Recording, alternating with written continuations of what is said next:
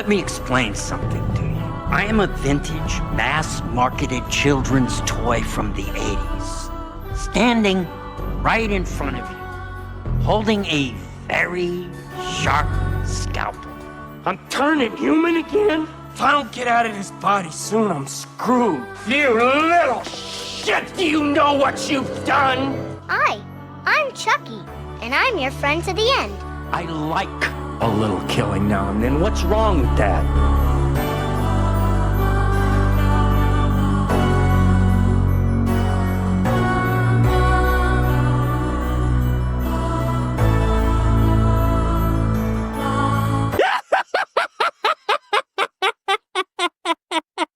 All right, everybody, welcome back to another exciting episode of Citizen Frame as we continue our Chucky Child's Play retrospective. When we last left Chucky, the poor bastard got molded to death or melted to death right where he was originally born. That's right, the factory. The toy factory, yes. Yeah, he good guy's factory, and he got hot molded plastic, whatever the fuck it is, all over him. And that was the end of our boy Chucky. Or was it? He returned. Dun, dun, dun, dun. So we open up. Oh, by the way, guys, let's let you know. Listen, I'm a team player. Because I got that fucking cold again. So I said, oh, God, I got to get this out for the fans. All three of you. I'm gonna get this out just for you guys. You know what Trevor said? Guys, I feel like I shouldn't be telling you this. He says, tell them to go fuck themselves, they're pieces of shit. That's I would a quote. say that. Trevor said that. It was less than 3 hours ago. I have nothing but love in my heart. But I was going to compliment you there too, Ciaran. I was going to say that you actually reminded me of, well, like Rambo, because you're sort of, even though you've got man flu still, you're still carrying on and you're doing You know what? You know what? You're not getting that compliment now. Well, it's too late. You already said it. Also, I know who I am. I feel like Rambo when he set himself on fire, when the arrow went through his stomach. Yeah, whenever he basically cures himself. That's exactly how I feel right now. Right, I'm taking it. Yeah. Well, it's, obviously very similar because we all know how deadly man flu can be. So, well. Yeah. All right, yeah, so we're back here with Child's Play 3. Chucky isn't done yet. Now they rushed this one. They wanted 9 months to have it written and shot. That's the problem with Hollywood these days. These deadlines need to go away. All you're doing is causing chaos if there's a delay of any kind in the creative process. But that's what they were given.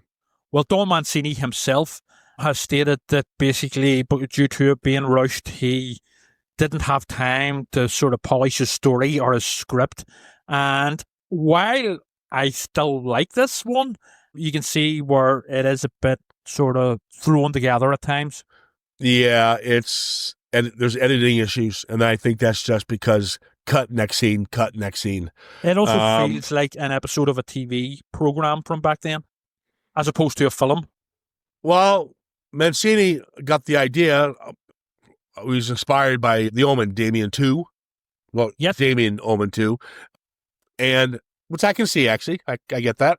Oh, totally. Even before I knew that, before watching the documentary, I actually, whenever watching it, I was sitting thinking, this reminds me of Damien Omen 2. Where Damien and his cousin go to the military academy. Yeah. This is also produced. We brought on Jack Bender. He's actually more of a producer. He's been around for a long time, but he mainly works with J.J. Abrams. I mean, he's good on him. Great producing credits like Mr. Mercedes, a lot of Stephen King stuff, Alias, Lost, the TV show I love right now called From. So I've heard From's pretty good, actually. There's a guy I know watching it currently. He said it's very good. Yeah, From is very cool. I just wrapped up season 4. Or 3, I can't remember. But it's, pretty good, guys. Just check it out, called From. If you like X-Files, or X-Files meets Lost, you'll get a kick out of it. Yeah, so this was a commercial failure. I mean, it made its money, but nothing like the other ones have. $13 million budget, and made $21 million. So profitable, but not good enough for what they thought. I would say as well that in the UK at the time, this particular Chucky film was hugely controversial, especially the video version of it, due to it being incorrectly implicated by the tabloid press, like the Sun and the Daily Mirror, in the absolutely horrific murder of toddler James Bulger by two 10-year-olds. This film was blamed on it. So it was, essentially, and the red tops, the tabloid press at the time here, were running headlines trying to get people to essentially burn copies of Child's Play 3. Completely ridiculous, over-the-top hysteria. Well, yeah, you mentioned the fucking, the Mirror and the Sun. Are you fucking kidding me? Yeah, tabloids. I thought you meant real journal, real newspapers. You know? Well, this is it. But the thing is, the tabloids certainly back then sold in their millions, so a lot of people were reading this garbage that they were printing. In fact, the police actually came out and said regarding the Bulger case that while the father of one of the killers had rented out Child's Play 3 months prior, the chances that the kid even watched it, never mind acted upon it, were pretty slim. So this was just pure hysteria. And although the film was never banned in the UK, there were a lot of video stores, due to this controversy, removed it from their shelves, and Sky TV also cancelled screenings of it. So yes, it was all a bit nuts. And whenever you actually watch Child's Play 3, which obviously the people protesting against it didn't, it becomes even more ridiculous. Yeah, I don't see any. I don't see anything. I actually don't see anything a movie can do to anybody doing anything. It was a scapegoat. Because I'm a normal human being and I understand the difference between fiction and reality. Yeah, well, exactly. Well, I don't know about that, but but yes, you're not a normal human being. But anyway, no, but yes, it was all complete and utter nonsense. And they were calling not just for the film to be banned, but for copies of it to be burnt. You know, okay. Right. Ridiculous. Yeah, let's just move on from it. Who cares? Fuck them. They're probably all dead now. That's lovely, right? So we got this one. We got Justin Whalen, Perry Reeves, Brad Dourif, Andrew Robinson, Dakin Matthews, Peter Haskell. Minimal cast, which again I always like.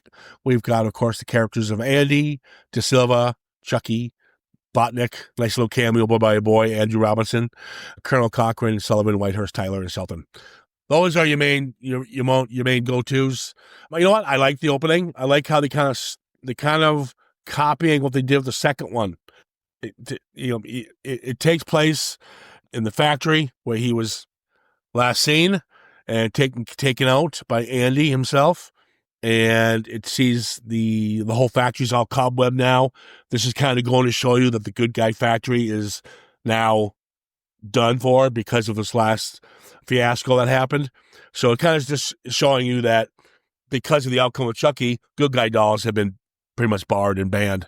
And so what we don't realize is that they're fixing up the factory at this point, and they're going to clean it up because the good guy dolls are coming back as a resurgence hits. Everybody wants a good guy doll now after a few years. It's 8 years after.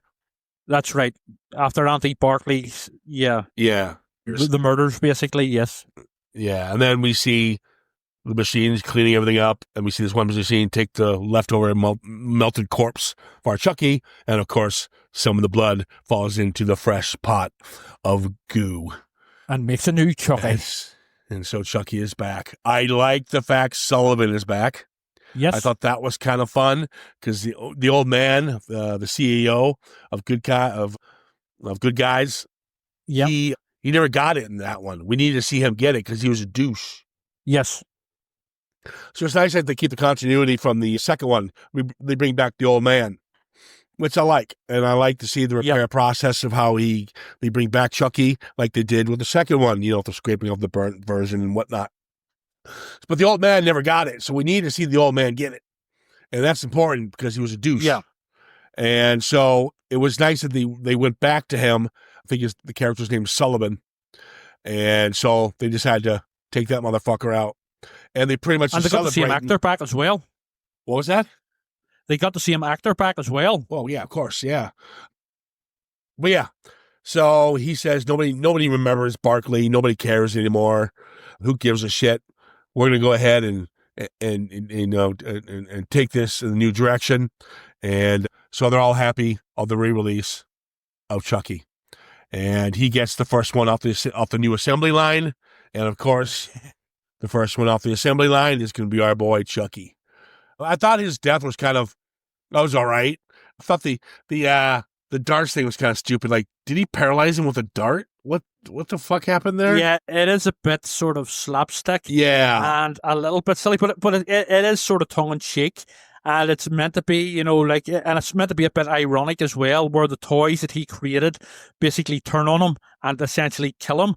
I was more sort of distracted by the fact that whenever this was made, like 1990 or whatever, Chucky can straight away track down Andy's whereabouts through what would be a very primitive form of the internet. I don't know if that would be possible, but there's a few other things that jar with this.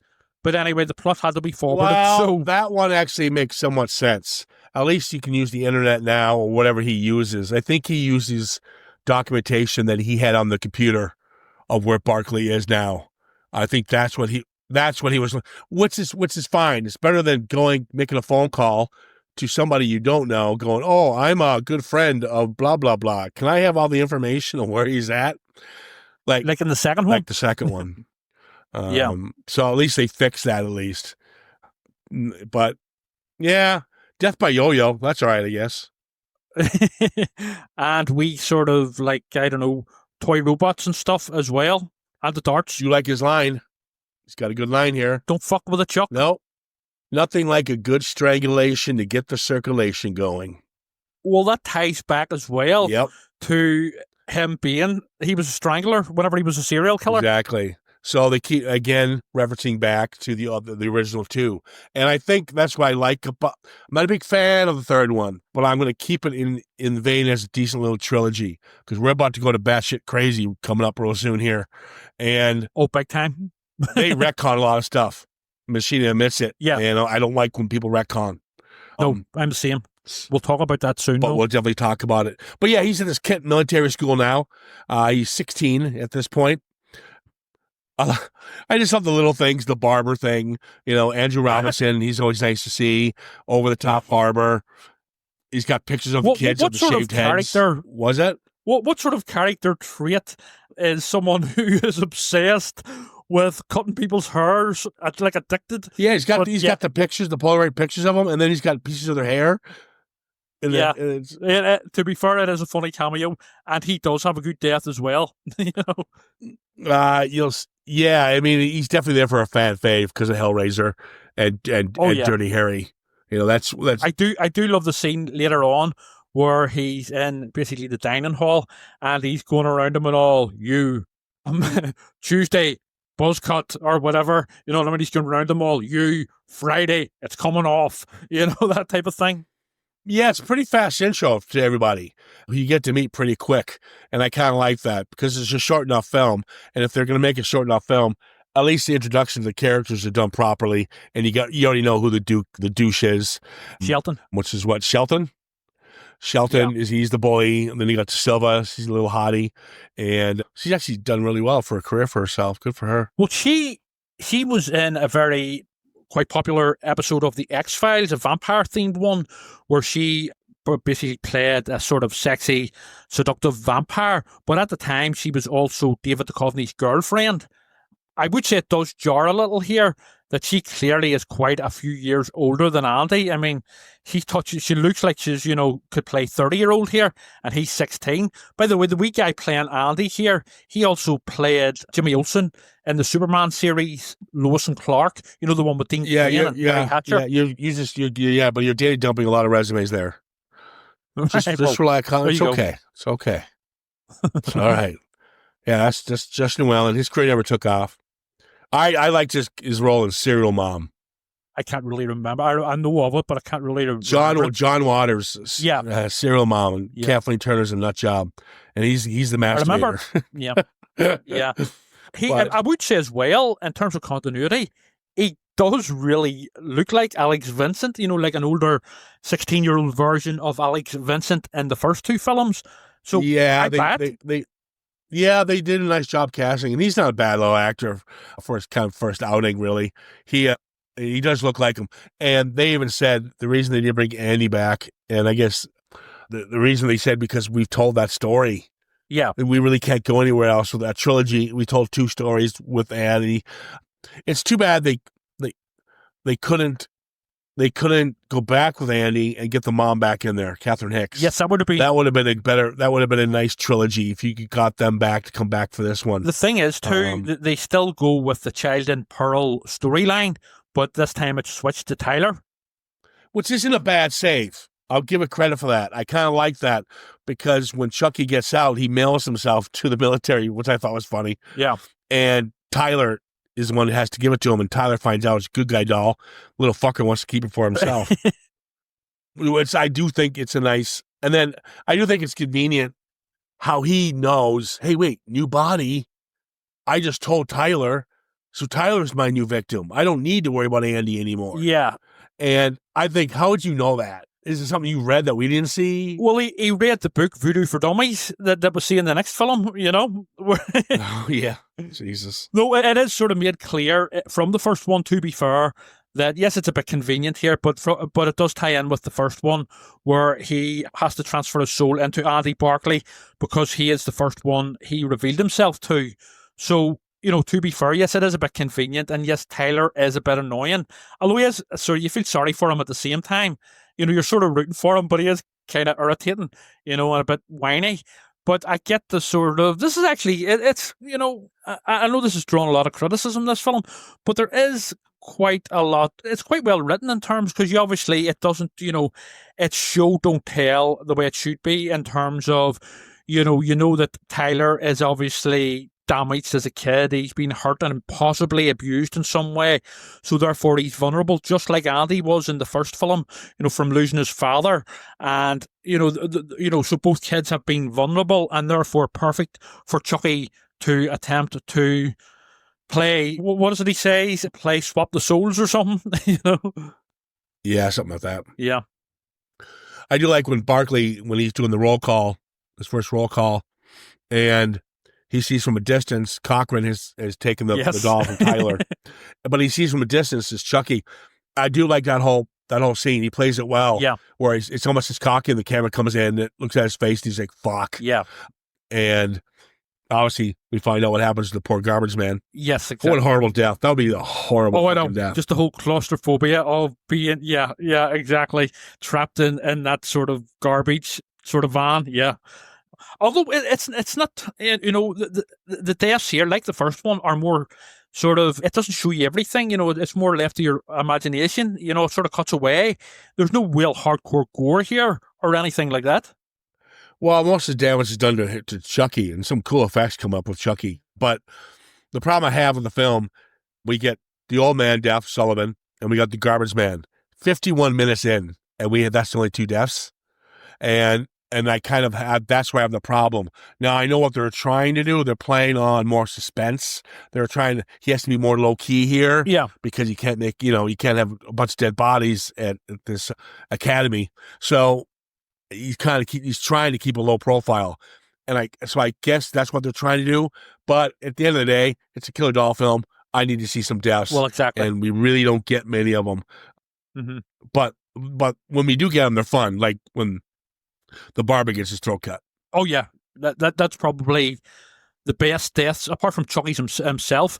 That's probably the best death scene in it. Plus, it's Andy Robinson, and he camps it up, and he is very funny in the role, you know. But yes, I do think that this is basically, in a nutshell, a teen drama, or possibly, you know, a teen version of Full Metal Jacket, but with a killer doll, and it's not really out and out horror, certainly what we got before, you know, with the whole sort of slasher thing before, essentially, you know, and the second one certainly had its flaws as well.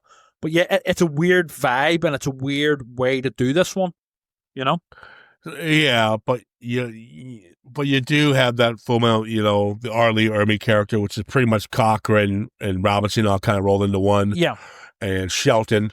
Then you've got Whitehurst, who's the nerd who witnesses the death of the barber, so he now knows what he saw, but he can't tell anybody because he sounds like a fucking nut job.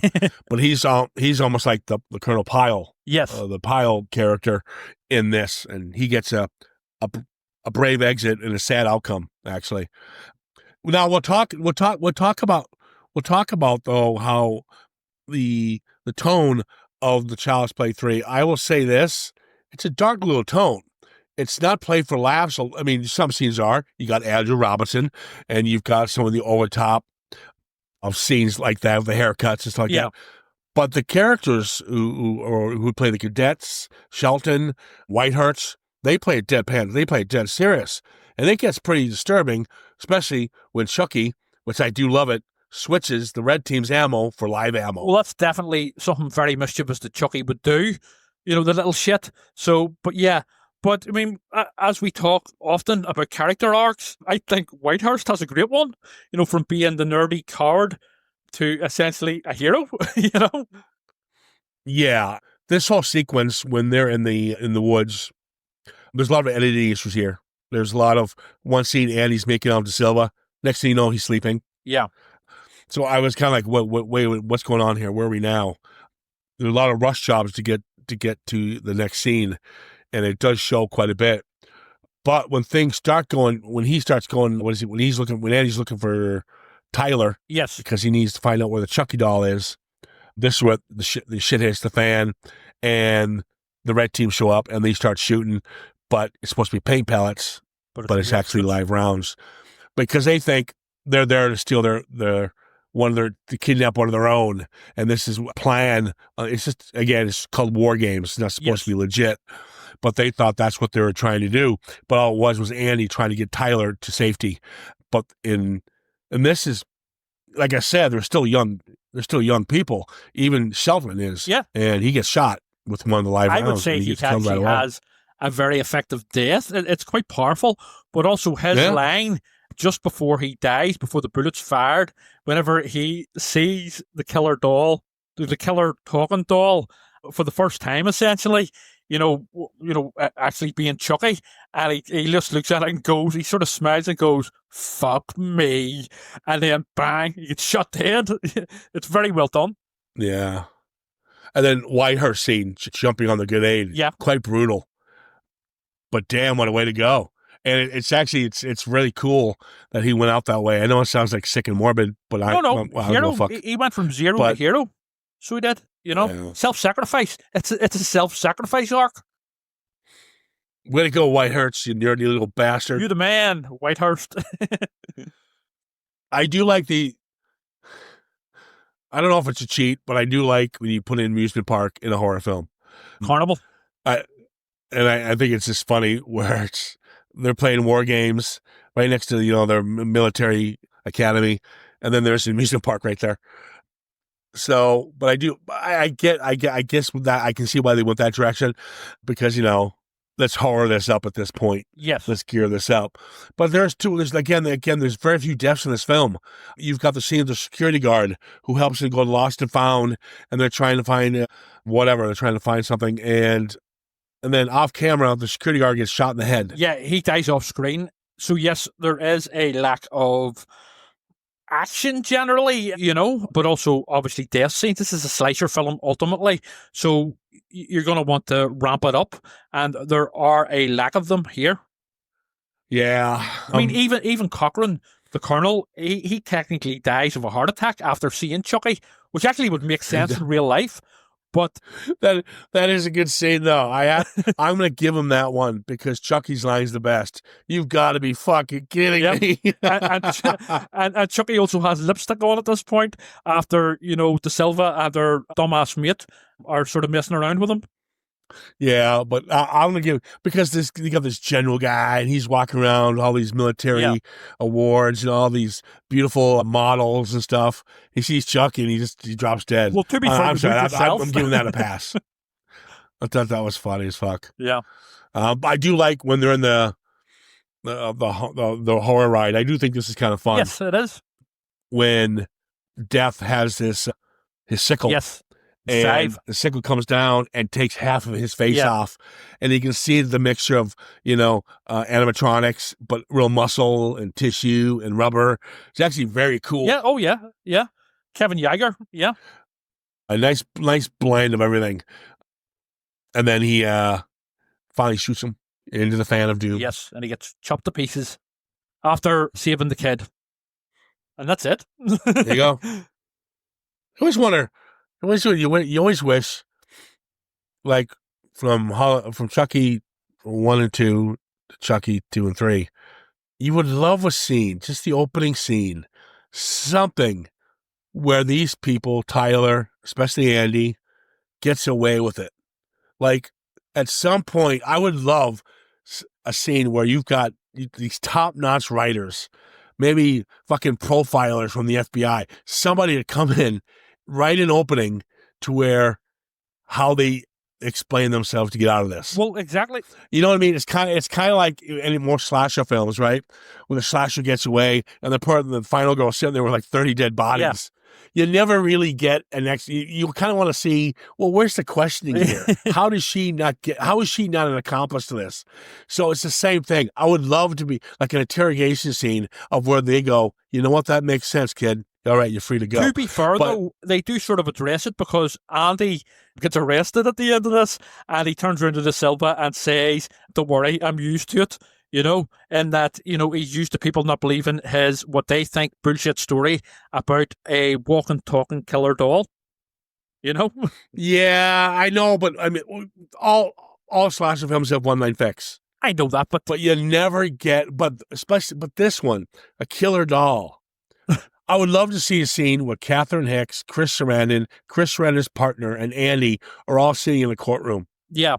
And they're all like, seriously, I like, it would be really impressive if they did like a mini trial. Well, apparently, it could be like it could be during the credits and like part 2, right? And during the credits, you have a mini trial, and it actually is smart. It actually sees why they would get away with not being insane. Well, apparently that would have been fun. They did have a similar scene planned for Child's Play 2, but it would have ended with basically Catherine Hicks, the mother, being sectioned. So that was planned for the second one. And I think they were going to have it where the Chris Sarandon, the detective character, I can't remember, but it might have been where he denied it, or possibly, yeah, something like that. So apparently that was planned for the second one, but it was sort of cut, essentially. Or even Chris Sarandon, well, it'd be shitty to see that. I think it would have been better if the partner cowers out and goes, I don't know what they're talking about. Yeah, Deputy Dog partner. Yeah, yeah, and then he loses his job, the cop, because he was believing the mother, and the mother gets sectioned. That would have been all right. And then the opening scene of 2, Chris Sarandon and the cop who kind of betrayed him gets it. Yeah. Yeah, well, that would have been pretty good. So we need. I just like that nice transition of just. Yeah, exactly. I don't know. And so it's more of a sort of, it would have tied up the knots, the loose ends for basically the fans of the first one moving into the second one. But I think the problem in reality, while they would have liked to have done stuff like this, it was it was going to different hands in terms of Tom Holland wasn't the director anymore, and Catherine Hicks, for whatever reasons, didn't want to be on board. Apparently she had an issue with the mother character being sectioned. I don't know. I mean, this is all just, stuff I've read. No, we talked about that. We talked about that. And she's right. But at least she's in it. And it gives her character weight still, because the 2 cops who had her back betray her. So that would at least given her a swan song, but at least you feel sorry rather than just a write-off. Yeah. Well, or maybe you could have had Chris Sarandon basically handing in his badge or something, because he was taking her side.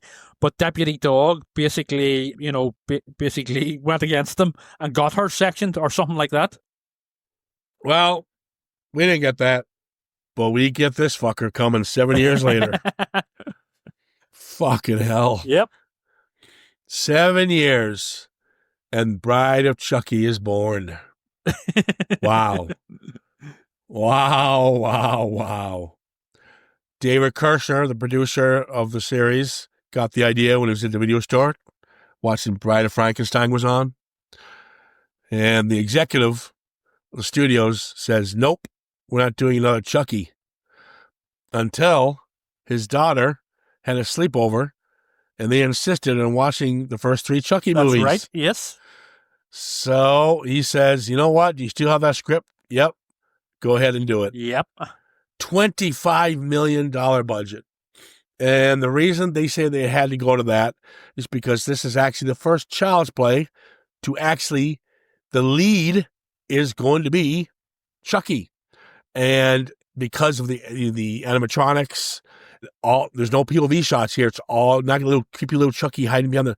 Chucky's in this full screen, fully mechanical, and now you have a next one with Tiffany. The budget had to be upped. Yes. Didn't do that well. No, I think this did really well. No, it didn't. It did make $31 million in the U.S. on a $25 million budget, but it made $50 million worldwide. Yeah. And despite reviewers hating it, fans love it. It's hugely popular. And I would say it is a big factor to, I mean, obviously it goes off the rails and it goes in a completely different direction.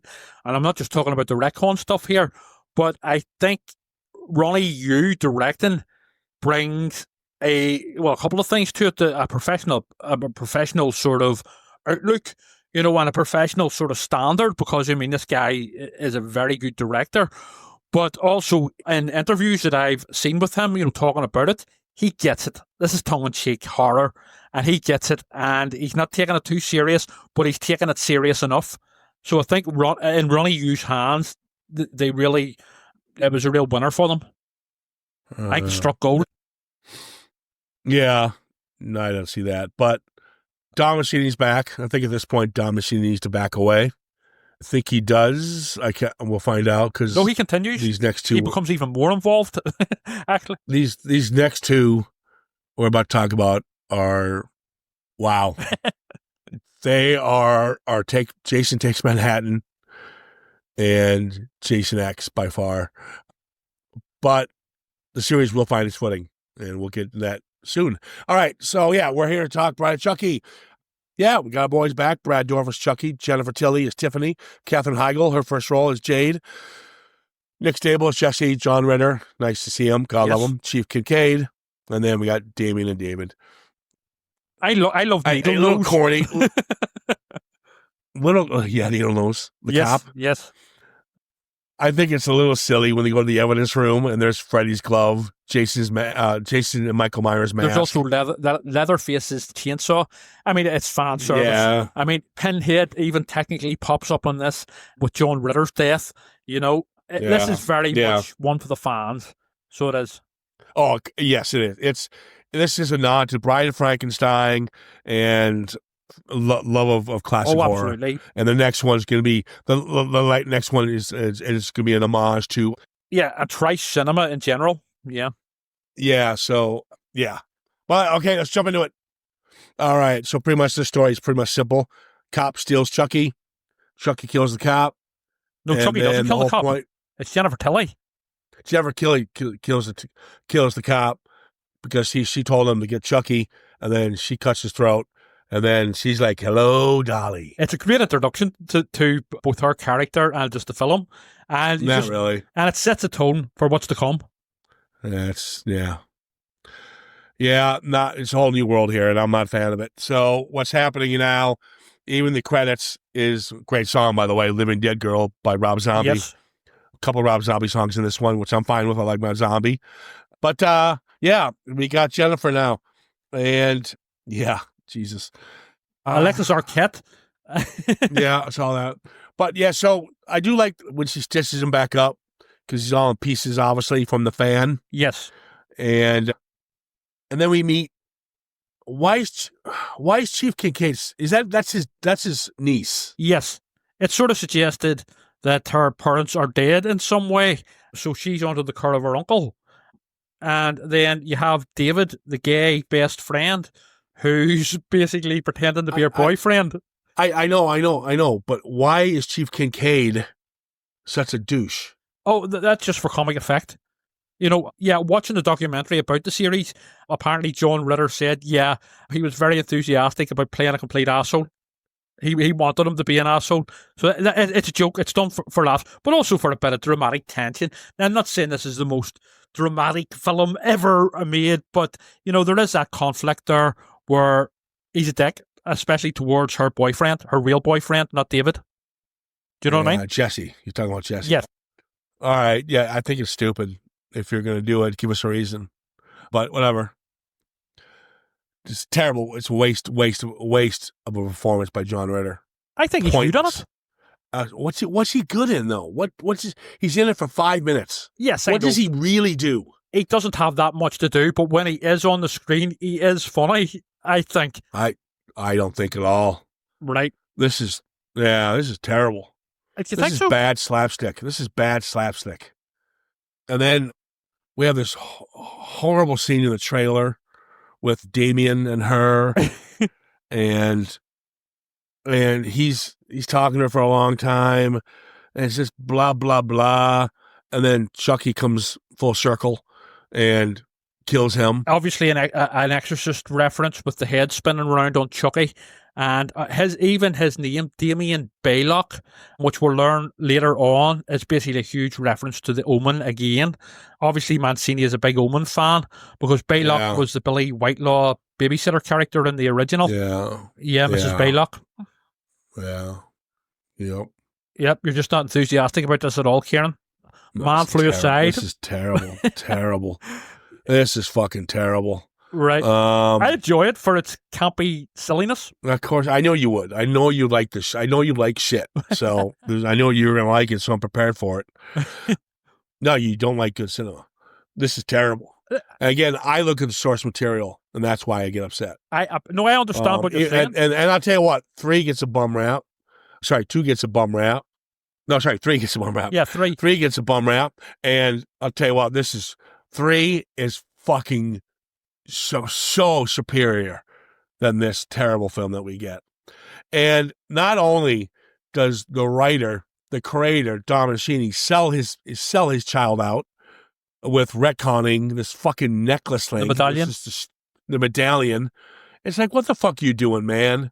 I went off on George Miller for selling out Mad Max Beyond the Thunderdome. Remember that? Yes, I remember. Yep, and I agree with you. This guy's doing the exact same injustice to his series. Do you know what I think the issue is? See, with certainly the original, Don Mancini, while he did write the original script, he wasn't really in control, and he has a lot more control here. So this is more his vision. Certainly the next, this one and Seed of Chucky were more campy comedies, essentially. This is Carry On Chucky, basically. And yes, I get it, but I also get how fans, and I'm a fan, by the way, of the original, a big fan, but I also understand how, you have to reinvent these series every so often, especially if they're as long running as this or, the Jason ones or whatever. But for what it is, I'm not saying it's a masterpiece, don't get me wrong, and it is stupid and it is daft, basically all the way through. But I sort of get the intention here, and I sort of appreciate it for that. But I mean, it is batshit and it is stupid. Okay, whatever. No, it's not funny. I'm not even laughing. We did the same thing with Stopping Mama's Shoot. And how the fuck you found anything in that? And I said, there's a difference between paying homage or something and tweaking and making your own, like I always have the good sequel, but to literally destroy any foundation that this series has given you, it's completely wiped out now. It is gone. It is gone. Well, 1, 2, and 3 never existed now. They're gone. It is a universe away from the first one. They're gone. And for you to sit there and say that's okay, well, I don't get why people are okay with that. It's not so much that I'm okay with it. I accept it. I mean, I wouldn't accept it. I'm a Chucky fan, right? I don't give a fuck. What you can keep saying that all you want. I don't give a fuck. I am a Chucky fan, but at the same time, the guy pissed. Now, Don Mancini will grow a fucking pair of balls and finally understand what he should be doing, and he will turn it around near the end here. Yes, of this retrospective, I will say that. But we're about to talk about 2 films that I am not going to sit there and go, "Oh, I'm going to suck on the teat." I'm not sucking on the teat of this crap. I have admitted that it is batshit, and the fact I would say that I don't get it. I don't get it. You like Return to Salem's Lot, and that was Jesus. I was like, did he care about Salem's Lot at all? I can appreciate campy silliness. No, Jesus. Okay, all right. And this is basically, again, come back to what I said earlier. This is one for the fans in terms of not so much the hardcore. This is not for the truth. I mean, horror fans in general. I'll tell you what this is. Anybody who says they like these next two films are not Chucky fans. Well, that's, a lot of Chucky fans No. would There's disagree no with that. way. There is no way anybody who has any kind of respect for the first couple and put these in there, they are not Chucky fans. Well, a lot of Chucky fans would disagree with that. But anyway, Yeah, I'm not saying. I don't mind. And And you're right. You're right. I'm probably the outside guy here. no, you're not. I There's just other don't ones. fucking get it. It's divided the fan base. All a bunch of clueless twats. Getting nasty. Yeah. No, it has divided the fan base. Yeah, and my divided part's the best part. Right. But Let's jump back into it. You've upset me now, and I have a flu. right, boo-hoo.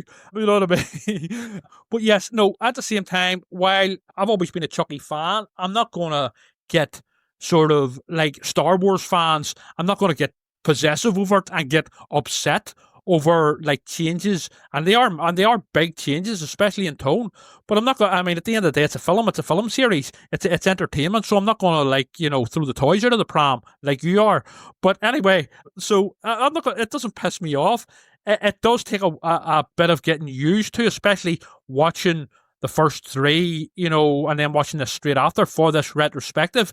It is a big jump, but in and of itself, it's an hour and a half of. I was entertained. Yeah, but let's continue.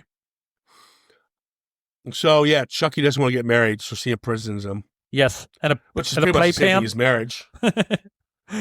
Yeah. Yeah, she lies next to them. Let's pass on. Skip that. I'm going to skip that. Okay. I'm going to skip that. Well, you may make a note because my mic's still running. I'm on 44 minutes, but you're probably on. No. I mean, I'm skipping my notes. Just you jerk. I'm saying I just don't want you to talk about this scene. I'm skipping it. What scene? No, I'm not talking about it. I decided I don't want to talk about it now. Right, you huffing now? You throwing the toys out of the pram? Yeah, I am. You're like Chucky throwing the toys out of the playpen? Yeah, fucking right. Yeah, good place to do it. Oh, there's a scene I really like. Go ahead. It's the best scene in the film. I would almost argue it might be the best scene in the franchise. Go ahead. Yeah, you see? At least, even though this is a piece of shit, I can admit when I see something decent. Go ahead. And this was a very beautifully shot scene. So you're retconning. Are you talking about the sex scene between the two dolls? No, that's fucking ridiculous. I'm not watching fucking Team America. It is the scene where he kills Tiffany in the bathtub. Yes, it is well done. You've got the Bride of Frankenstein playing in the water on the TV, which is obviously referencing, Yes. And the bubbles.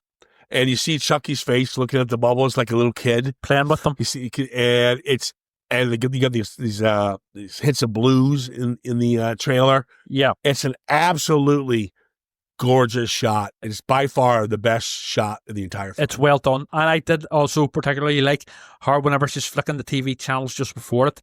She's watching Murder, She Wrote as well. So yeah, I saw that. Yeah, there are some jokes that land. To be fair. Yeah, no, I will admit when there's some good scenes, but they're far and few between.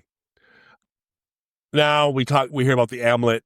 If he finds his dead body where Charles Ray was buried, he could take the amulet and wear it, and it will whatever, right? But that was never mentioned, so you destroyed that whole franchise right there. Yes, yeah, it's retconning. You don't never ever do that. You know what? You know what the problem was? Don Mancini never liked the voodoo element of the original, and he didn't write it. That was put in by Tom Holland. So that is him basically retconning it because he didn't like it in the first place. Just you have to fucking work with it. Let it go. Yeah. You're retconning it. It's his cardinal rule. You just don't do it. But he does it. And here's what I don't get. Why would he be buried with the amulet? How do they know his body's going to have it on him? Well, would they not have, well, this is it. Whenever he was buried, did they allow him to keep it on him?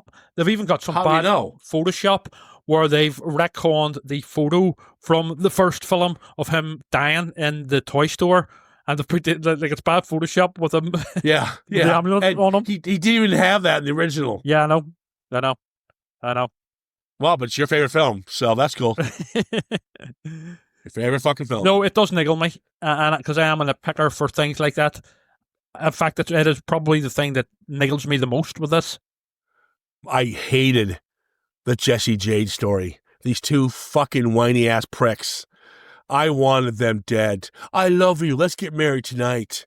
I'm like, fuck off. And he's like, yeah, all I have to do is drop these $2 off at this site and I'll get an extra $500. That's $1,000, baby. I can take care of you. How fucking old are you? Do you really think that money's going to take you far? You stupid fucking idiot. I actually found Jesse to be quite likable, but Jade was pretty annoying. Jade was pretty unlikable, actually. Well, it's Catherine Hagel. Nobody likes her. Well, I know very little about her, but here the character, I know she's got a bad reputation, but I know the character she plays here is not very likable or relatable. You know who the best character is, the most likable character? David, and he's also the smartest character. Yeah, I'll give you that one. David is a good character. Yeah, and the smartest. Dom Mancini came back as somebody, which I could, because Dom Mancini, as we know, is gay. Yes. He goes, they always ask him, why'd you kill the only gay character in the film? And he goes, are you kidding me? For years, straight white men have been getting slaughtered in these in these films forever. So I can't kill a gay guy? Yeah, exactly. Plus, it's fiction, obviously, you know? Yeah, but I just like that comeback. He's like, Jesus. Yeah. Yeah. But again, then you got the chief, John Ritter, and he's going to set up Jesse with this weed. I'm like, what is the point of this? He wants Jesse offside because he doesn't think he's suitable for Jade. Is it because she has money coming to her? No, it's because they're from money. That if you go and buy their house, I don't think he is. I think her parents are. Her parents are... he's the uncle. Yes, I know, but it's heavily suggested that her parents are dead and that he is like her legal guardian. They come from money. That's what I'm saying. Yeah. Because she probably has an inheritance coming. Possibly. It's not explicitly stated. But see, the thing that's a simple one-line fix. I don't want to lose my my niece because I'm raking in the money from the I think from it's the will, more whatever. A snobbery thing where he thinks that Jesse is trailer park trash and not good enough for Jade. So that's why he's looking to get him offside, essentially, by planting the drugs on him, which Chucky and Tiffany get stoned on. And then he turns into Pinhead from Hellraiser. Yeah, that was a stupid death. It looks so fake. I do appreciate the line, though, where Chucky, after he's got all the pins in him, Chucky looks at him and says, why does this look it's so familiar, So yes, while it is a bit of a corny death, it is a good line by Chucky. There are some good one-liners here by Chucky, I have to say. Yeah, there's a couple, but it's Brad Dourif's tone, his voice and his tone. Well, of course, yeah. It's what sells it, Yeah. But he's had good lines in all the films, really. Yes. But, yeah. This is basically a road movie as well, so this is multi-layered stuff here. Okay, stop. We're not watching fucking Shawshank Redemption. Don't use the term multi-layered in this fucking film. I'm winding you up. But fucking multi-layered. I fucking right now. I do like. Okay, another scene at Defiant. Yeah, there's another scene I enjoyed. That was beautifully shot. See, good stuff. Being open. Yeah, is the waterbed exploding when the married couple get she throws a champagne bottle. Yes. In the ceiling of glass. Yeah. And the glass, embeds them, but it also pops their waterbed. It's a beautiful explosion shot. It's actually quite Although there is some ropey early CGI in there, with the glass shards coming down on them. Oh, but it is a good death. That's petty. It does stand out a bit. But I would say that straightly following this, where Chucky realizes, we talk about character arcs. This is Chucky's journey to realizing that he actually does love Tiffany. And you know what? It brought a tear to my eye. It's a very beautiful scene. So it is. You're a fucking idiot. Yeah, the sex scene. The best line in the film. It was all improv. Yeah. Wait, do you have a rubber? Look at me. I'm all rubber. She goes, I thought you were plastic. Yeah, so, no. There you go. And yes, that was ad-libbed by Tilly. Yeah. Yeah. Yeah. It's so stupid, too. The whole Jesse thinks Jade's the killer, and Jade thinks Jesse's the killer. David gets, the smart one gets involved, which I do like his death. I think it's funny because it's very Final Destination. You just don't see it coming. As well. Exactly. And it's a nice blend of practical with some CGI to clean it up. Yeah. But you don't notice it. It's actually really nicely done. And it's a good jump scare as well. So, because you thought he'd be the hero to kind of resolve everything, but they take him out pretty quickly, which I do think that's clever. And again, this team's been together for a while doing these films, so they are going to be good when they do something good, because we've seen it in the past films. That's why I'm so angry that it's wasted on a piece of shit like this. No, I mean, I think that's a legitimate response. I'm not trying to be. No, fair enough. Fair enough. I think I think my points are valid. No, just the way you said a piece of shit like this. It's a very you thing to say. You know what I mean? While you're making serious points, you'll also be crass at the same time, or like a classy guy like myself who'll talk about the multi-layers of this film and classic piece of shit. But you know what I mean? Yeah, I have a touch of class about me where I talk about the different layers and stuff, to this epic. Yeah, layers of shit. There's another good shot I like. Wow, see? Go ahead. And I kind of feel sorry for her when they shove Tiffany in the oven. Yes. And it's all black, and then you see her face is black because she's burning, but you can see her faintly through the gray, the smoke in the oven, and you can see her face coming through it. It's actually very effective. And actually, I would say your heart does go out for Tiffany, especially with these towards the end here. It's a doomed love story, and I know it's completely preposterous. It's about two dolls, but for all intents and purposes and for what we do get, it's generally played well, and you do feel sorry for her, My mom used to always say, you know what I mean? The guy has to do the dishes or whatever it is. Get yourself a good man. Why are all the good men taken? Oh my God. Yeah, when Tiffany helps Jade, yes, you're a lucky girl. You got a good one there, or something like that. Yeah, I'm like, fuck me. Yeah. Fuck me. Yeah. Here we go. But I would say that the stuff in the cemetery is quite gothic and sort of well done, when Chucky sees his own dead body, essentially, and it freaks him out. That's not at all. It's not. It's not. And if you fucking use the word atmospheric, I'm going to kill you. Would you not agree, though, that this film has... By the way, it's great to see the guy from Scanners in this playing the cop, but would you not agree that this film has a fantastic final scare at the end? Oh, the fucking baby? Yeah. That's a brilliant final scare.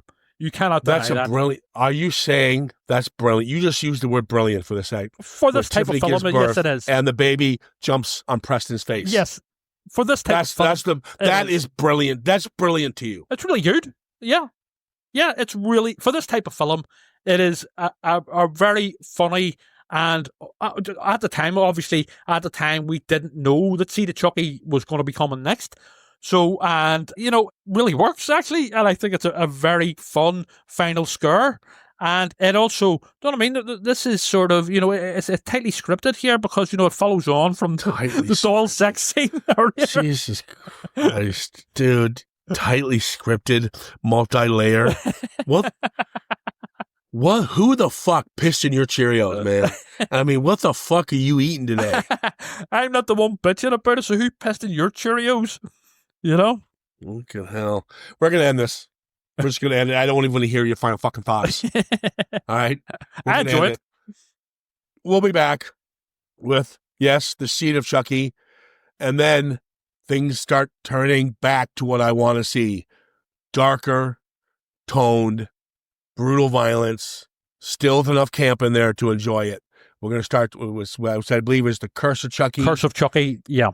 And then there's another one, and then we're going to talk the remake. Yes. Which all fans are going to boo me on because I rather enjoy it. All right. That's all we've got. We're going to wrap this one up. Guys, give us a shout at CitizenFrame_podcast on Instagram. And, of course, Facebook. Again, that number, if you want to report Trevor for anything, especially his fucking review taste, you can always do it at 1-800-TREVOR-WTF. The lines are here. The lines are jammed. There's too many people ringing it. Yep. Like, what a fuck. Multi-layers? What the fuck is this guy talking about? All right, guys. Thanks for listening. Chat soon.